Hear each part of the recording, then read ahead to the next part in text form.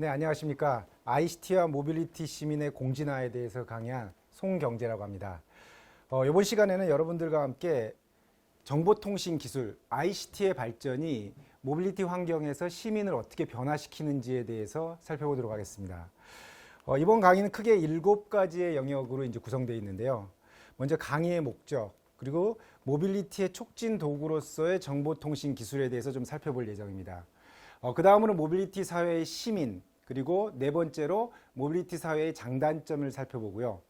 5번째로 모빌리티 시민이 어떻게 등장하고 진화하고 있는지를 살펴보고 6번째로 그 시민의 특징, 그리고 마지막으로 모빌리티 시민의 미래에 대해서 여러분과 같이 이야기를 나눠보도록 하겠습니다.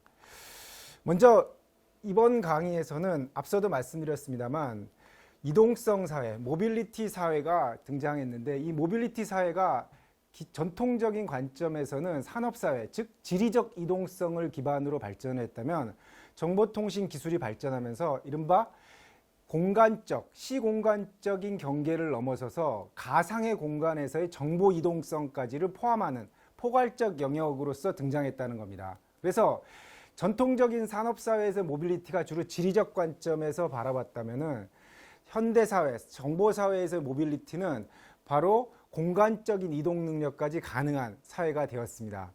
그러다 보니까 이러한 지리적, 시공간적 이동 능력을 가진 시민이 등장하게 되었고 이 시민에 대한 교통기술과 정보통신 기술을 이용한 모빌리티 시민에 대해서 우리가 공부할 필요가 있을 것 같습니다. 자, 그러면 모빌리티 시민이란 어떤 시민이냐?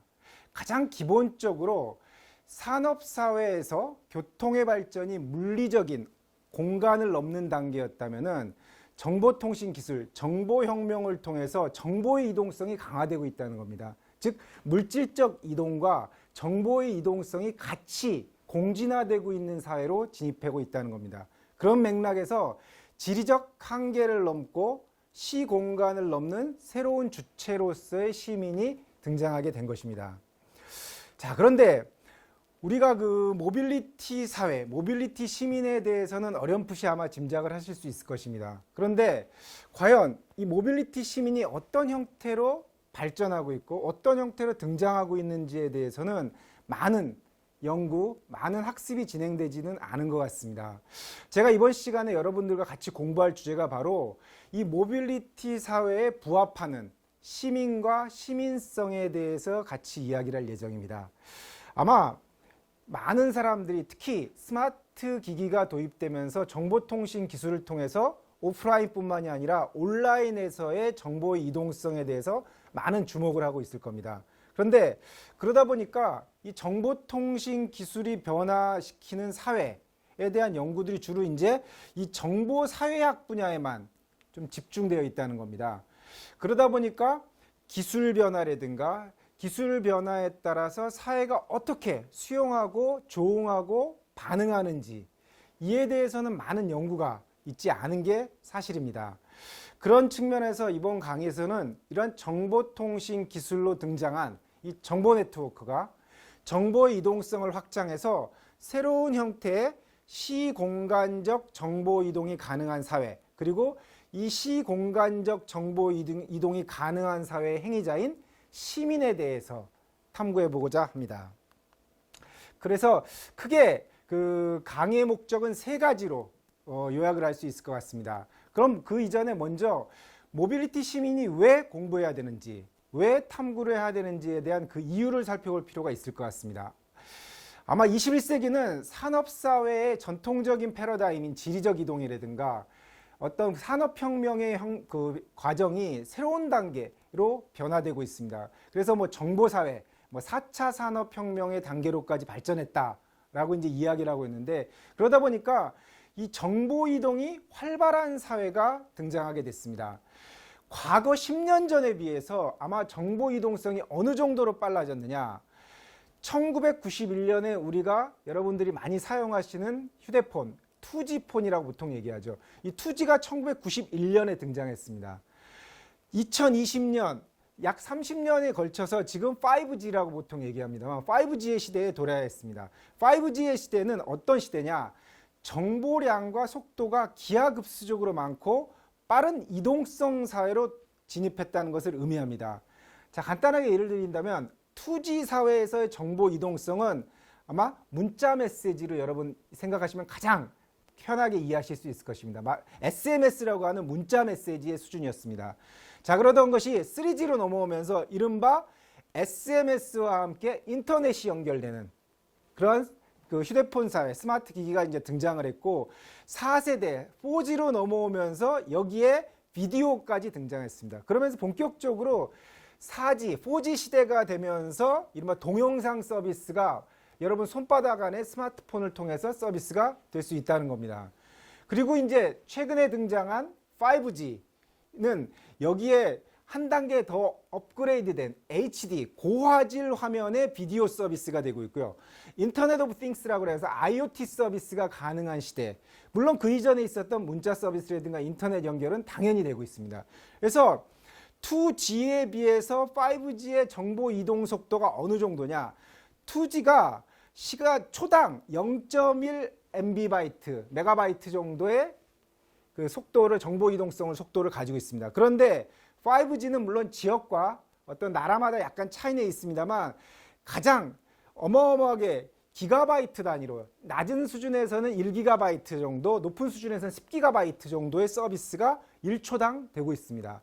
그러다 보니까 과거에는 말 그대로 문자 서비스를 통해서 40바이트, 메가바이트 단위의 정보가 송수신되던 것이 이제는 기가바이트, 보통 우리가 기가바이트 정도 되면은 동영상이라든가 뭐 고화질 영상도 몇 초 안에 다운로드를 받아서 실시간으로 볼 수 있는 그런 환경을 의미합니다. 이렇듯이 정보의 속도도 빨라졌고 정보 양도 아주 어마어마하게 증가되는 사회가 되었다는 겁니다. 그래서 한편으로는 과잉 정보의 시대에 살고 있다라는 비판도 있는 게 바로 이러한 기술, 정보통신 기술의 발전 때문이라고 할 수 있습니다. 자, 그럼 이렇게 산업사회에서의 물리적 이동, 그리고 정보사회에서의 정보의 이동이 같이 맞물리는 사회, 새로운 사회가 등장하면서 이른바 우리는 이것을 전통적인 지리적 이동과 공간적 이동이 결합된 하나의 모빌리티 사회가 새롭게 재구성되고 있다라고 얘기할 수 있을 것 같습니다. 그래서 이번 강의의 목적은 크게 세 가지로 제시할 수 있을 것 같습니다. 첫 번째는 온라인과 오프라인의 모빌리티 환경 변화에 대해서 살펴볼 필요가 있습니다. 우리가 그동안에 모빌리티, 이동성을 주로 고민했을 때는 주로 오프라인 환경의 어떤 물리적 이동을 중심으로 봤다는 것이죠. 그런데 이러한 물리적 이동과 함께 최근에는 이러한 가상 공간의 온라인에서의 정보 이동도 가능한 시대, 그리고 가상 공간의 아바타라고 하죠. 가상 공간에 또 다른 자아를 만들어서 그 자아가 또 다른 행위를 할 수 있는 그러한 방식으로까지 등장했다는 겁니다. 그런 맥락에서 온라인과 오프라인의 모빌리티 환경 변화에 대해서 살펴볼 필요가 있을 것 같습니다. 그럼 두 번째, 이런 지리적 이동성과 정보의 이동성이 동시에 나타나는데 이 지리적 이동성과 정보의 이동성이 아주 융합적으로 나타난다는 거죠. 그래서 이것이 모빌리티 사회가 구성되고 있고 그러다 보니까 장점도 존재합니다. 하지만 지나친 모빌리티, 이동성이 강화되면은 이로 인한 단점도 존재를 한다는 것이죠. 그래서 이 장점과 단점에 대해서 살펴보고요.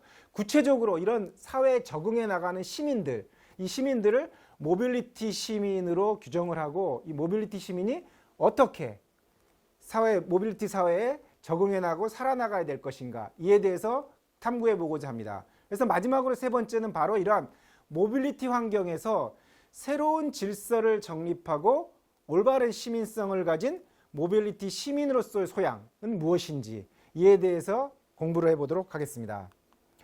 자, 가장 먼저 우리가 이야기해야 될 것은 전통적인 산업사회의 지리적 이동성의 개념과 정보사회에서의 정보 이동성의 개념이 큰 차이를 보이는데 그 촉진제, 그 변화되는 도구는 무엇이냐? 바로 정보통신 기술이라고 할 수 있습니다.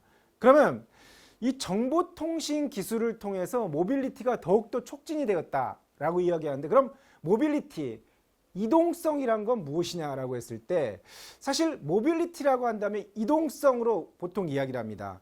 이동성은 과거의 개념과 현대적 개념이 총합적으로 본다면은 정보통신 기술의 발전, 그리고 교통의 발전, 이에 따른 이주와 이민이 자유롭게 되고 사람과 물건, 그리고 컴퓨터와 컴퓨터, 정보와 자본의 이동, 계층 이동이 아주 보편적으로 진행된다는 것이죠.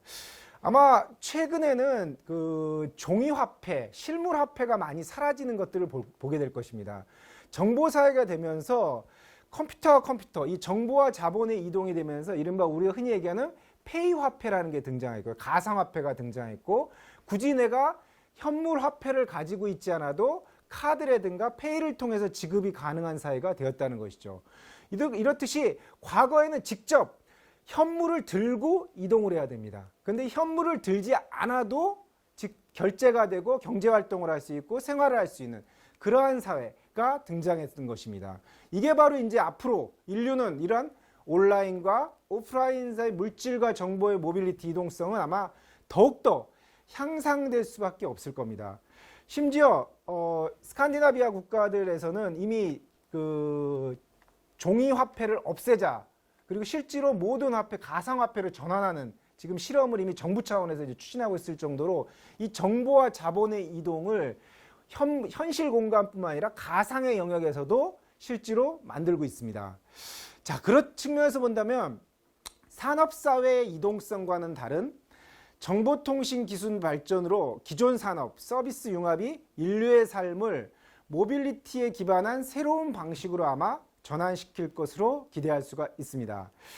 자, 그러면 모빌리티란 어떤 그 개념을 가지고 있느냐? 아마 많은 분들이 모빌리티에 대한 의미는 책으로라든가 아마 뉴스로 많이 들으셨을 겁니다. 그러나 좀 학문적으로 좀 살펴본다면은 모빌리티가는 상당히 다차원적인 의미를 가지고 있다라고 이제 이야기를 하고 있습니다. 크게 이제 이 다차원적인 의미가 네 가지로 이제 정의되는데, 첫 번째 바로 모빌리티의 용어인 어원인 모바일이라는 용어가 상징하는 것처럼 이동할 능력이 있는 사회, 즉 신분적 제약이 없고 언제든지 내가 이동할 자유가 있는 사회가 있을 것이고, 두 번째는 항상 움직이는 무질서한 집단이 주체인 사회. 과거에는 한 공간, 공동체에서 정주하는 삶이었습니다. 당연히 정주하는 삶이 된 이유는 공장에 다녀야 되고 그 농촌에서 농사를 지어야 되기 때문에 그렇습니다. 그런데 이제는 이동하면서 언제든지 다른 나라에 가서 한국의 업무를 볼 수도 있고 한국 내에서도 하루 사이에 서울과 부산으로 오가기도 합니다. 이렇듯이 항상 움직이는 무질서한 집단이 주체인 사회가 모빌리티가 사회라고 할 수 있습니다. 그리고 또 위, 아래, 그리고 이런 계층 이동이 자유로운 사회. 이게 이제 모빌리티의 특징이고요. 그리고 마지막으로 역시 지리적 이동이 가능한 사회라고 할 수 있습니다. 그런 맥락에서 본다면은 사회 공간적 네트워크 확대가 우리의 삶과 사회의 질을 질적으로 이제 변화를 시키고 있고, 특히 최근 20세기 후반에 등장한 정보통신 기술은 모빌리티 사회를 가능하게 하는 도구적 역할을 하고 있다라고 할 수 있을 것입니다. 자, 그러면 어느 정도의 역할을 하고 있느냐? 자, 정보통신 기술의 발전은 사실 이미 우리가 너무 익숙해 있기 때문에 그 발전의 속도 자체를 쉽게 인지를 하고 있지 못합니다. 그런데 잘 한번 생각을 해본다면 스마트 기기, 스마트폰이 우리가 보편적으로 사용하게 된 게 불과 10년이 조금 넘었습니다. 그만큼 급격하게 정보통신 기술이 발전하고 있기 때문에 우리는 그 정보통신 기술의 발전이 너무 빨라서 어느 정도의 빠른 속도인지를 잘 모르다는 거예요.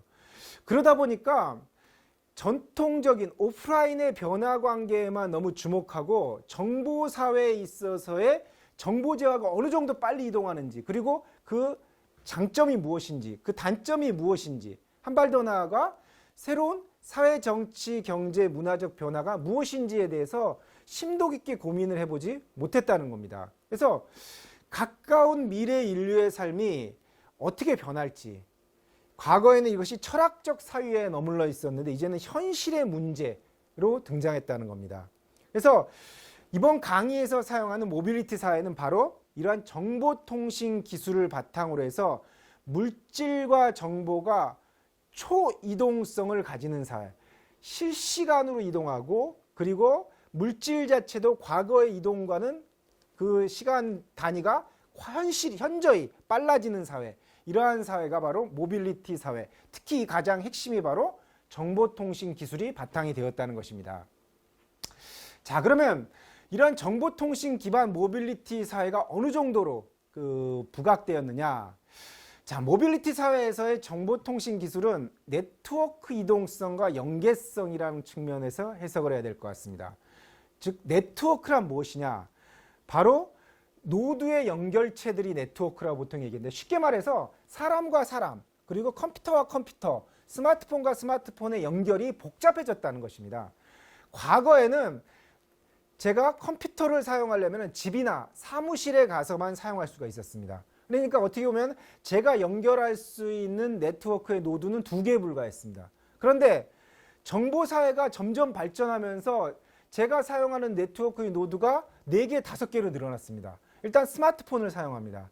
태블릿 PC를 사용합니다. 그리고 노트북을 와이파이나 5G를 이용해서 연결합니다. 벌써 집에서 사용하는 유선 네트워크가 2개, 네트워크가 하나, 그리고 사무실에서 사용하는 유선 네트워크가 또 하나, 나머지 내가 개인적으로 가지고 있는 무선 네트워크가 3개, 이렇게 아마 대부분 4개에서 5개 정도는 다 사용하실 거라고 생각됩니다. 그만큼 네트워크가 늘어나고 있습니다. 네트워크가 복잡해지면서 정보가 어떻게 될까? 더 빨리 확산될 수 있고, 그 정보의 양도 앞서 말씀드렸듯이 2G에서 5G로 늘어나면서 그 양도 어마어마하게 늘어난다는 것이죠. 특히 여기에 한 발 더 나아가 이른바 개인화된 미디어, 이 소셜 미디어가 등장하면서 내 스스로 정보를 생산해서 타인과 소통하고, 이 소통한 정보를 공유하고 또 전달하는 방식, 그러다 보니까 엄청나게 빠른 속도로 정보와 지식이 이동을 해버리는 그러한 시기에 직면하게 된 것입니다.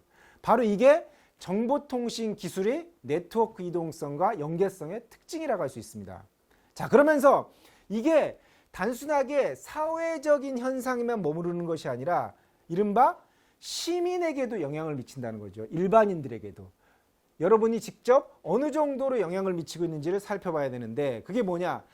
산업사회와 같이 1대1이나 다수대 다수가 1대 다수가 아니라 정말 다수대 다수의 관계 속에서 연계가 가능한 사회. 즉, 내가 정보를 생산해내면은 그 정보가 다수에게 전달됩니다.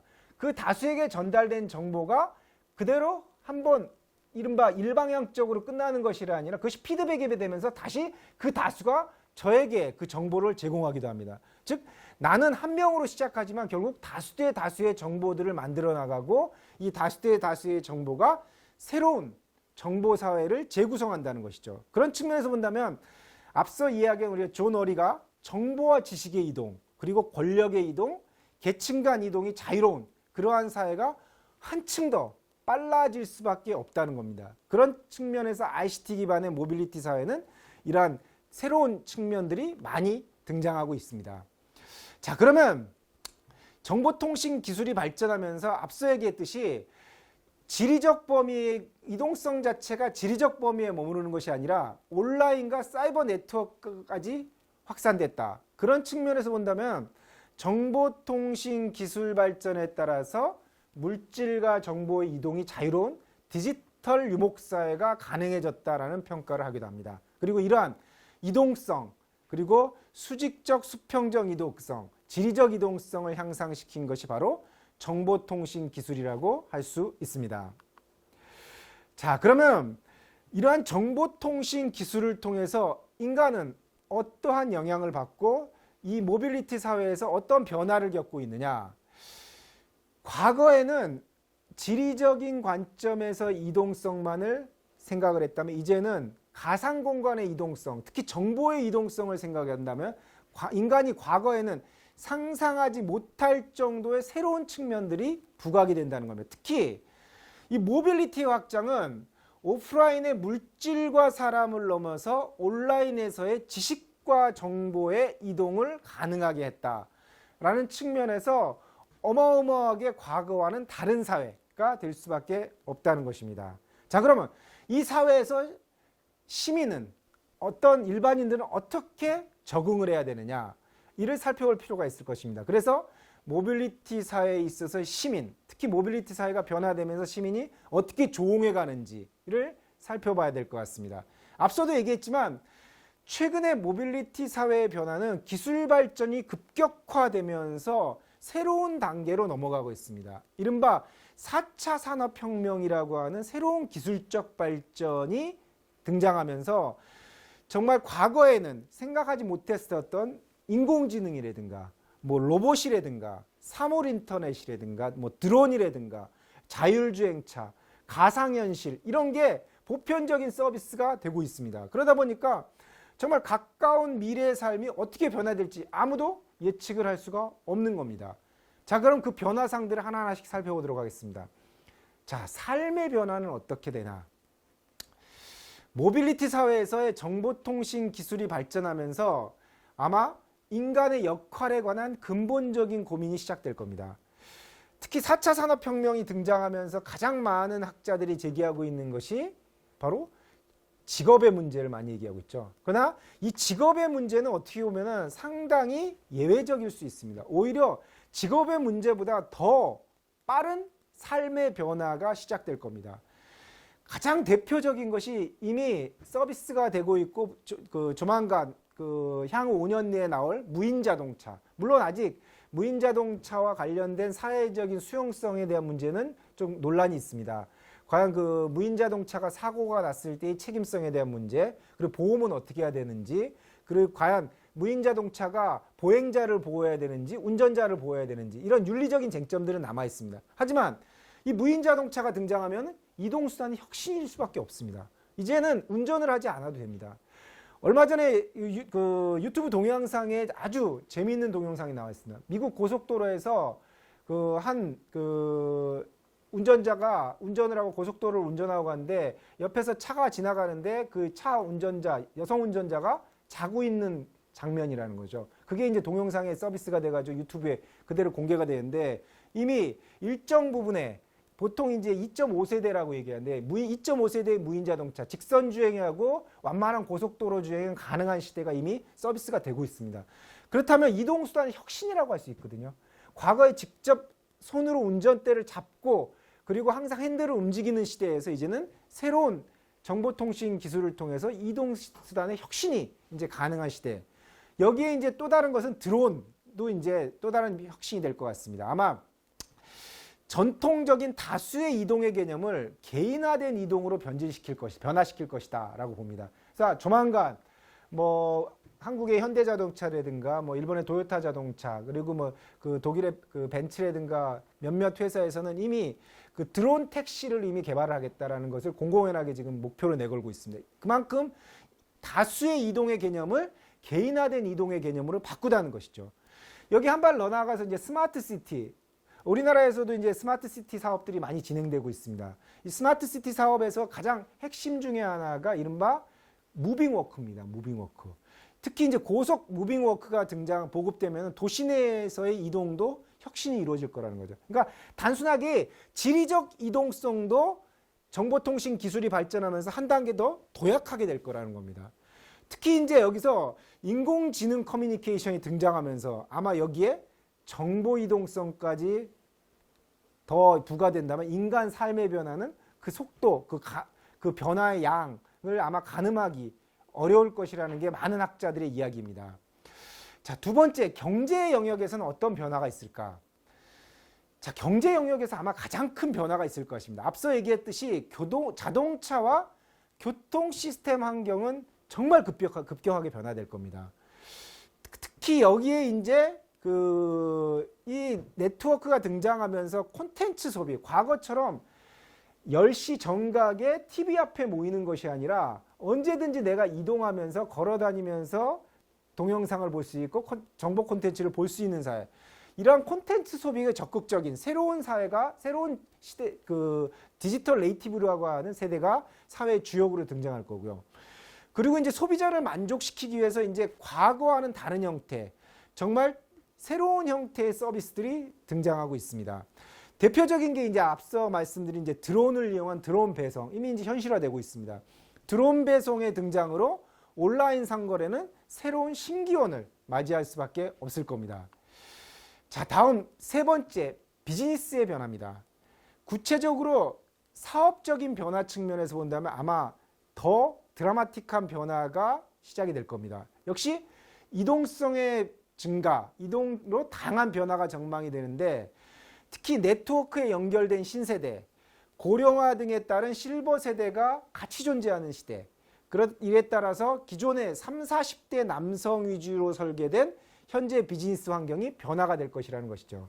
그러면서 아마 한국에서도 이미 반나절 생활권이 가시화되었죠. 오전 9시 회의는 서울에서 하고 2시 회의는 부산에서, 그리고 6시에는 대전에서 친구와 만나고 10시에는 집에서 취침할 수 있는 그러한 비즈니스의 변화가 시작이 될 것입니다. 자, 네 번째, 정치의 변화는 어느 정도냐? 아마 정치적인 변화도 아마 급격하게 진행이 될 것입니다. 특히 정보 네트워크가 확산이 되면서 이 정보의 이동성이 증가하면서 모빌리티 강화는 일국 차원에서 국민의 개념을 확장시킬 수밖에 없다는 거예요. 그래서 아마 글로벌한 차원에서의 다양한 현상들을 관찰할 수 있게 됩니다. 즉 지리적, 물리적 제약이 있을 경우 미처 알지 못했던 다양한 정치 현상에 대해서 관심을 가지게 되고요. 대한민국 종로의 집에서 남태평양 피지의 정치적 변화라든가 남미 에콰도르의 대선 결과를 알 수 있는 사회가 된다는 것입니다. 아마 1776년 미국의 필라델피아 선언이 유럽에 전파될 때까지 시간이 과연 얼마나 걸렸을까요? 물론 사람마다 틀렸을 것입니다. 당연히 군사적인 전파 과정이 가장 빨랐을 것입니다만 일반인들에게 이것이 전파되었을 때 과연 어느 정도 걸렸을까? 보통 2달에서 3달 정도까지 걸렸다고 합니다. 그 정도로 정보의 전달 속도가 느렸는데 지금은 거의 실시간으로 정보가 이동될 수 있는 사회. 특히 정치 정보 자체도 이렇게 실시간으로 이동하면서 정치의 변화도 시작될 거란 겁니다. 자, 그런 측면에서 본다면 이런 모빌리티 시민, 이 정보와 사람, 그리고 이동성과 정보기기의 연계성이 매우 중요한 사회가 됐고, 이 시민이 매우 중요한데 왜 중요하냐? 사회가 변화되면서 거기에 적응하고 그 새로운 사회를 만드는 사람이 바로 이 시민이기 때문에 그렇습니다. 그래서 지리적, 공간적 이동 능력을 가진 모빌리티 시민의 특성을 파악하고 시민성을 연구하는 것이 중요한 과제로 부각이 되었습니다. 특히 모빌리티 사회에서는 이동 능력과 함께 커뮤니케이션 영역에서 네트워크 연계의 도구인 소셜미디어가 이동 능력을 강화하고 그리고 시공간을 넘는 새로운 주체로서의 시민의 등장을 가능하게 한다는 평가를 받고 있습니다. 자, 그런 측면에서 본다면 모빌리티 사회에 부합하는 시민과 시민성에 관한 정립은 아직 연구가 초기 단계라고 할 수 있습니다.